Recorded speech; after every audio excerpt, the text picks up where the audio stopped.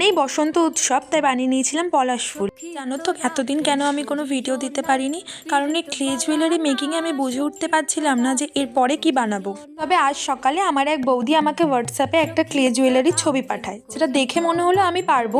তবে এটা শুধু ইয়াররিংসটাই আমি বানিয়েছি। তবে ফোনের ওই পারে থাকা তোমরা যাদের কাছে আমার ভিডিওটা পৌঁছাচ্ছে, তারা আমাকে সাজেস্ট করতে পারো এরপরে আমি কি বানাতে পারি, কোনো ফুল বা জুয়েলারি। আর যারা বলছো এই ক্লে জুয়েলারিগুলো রং করতে, এগুলো আমি রং অবশ্যই করব, কিন্তু এই ক্লে জুয়েলারি মেকিংয়ে আমি প্রথম, সেই জন্য সাহস করে রং করতে পারছি না।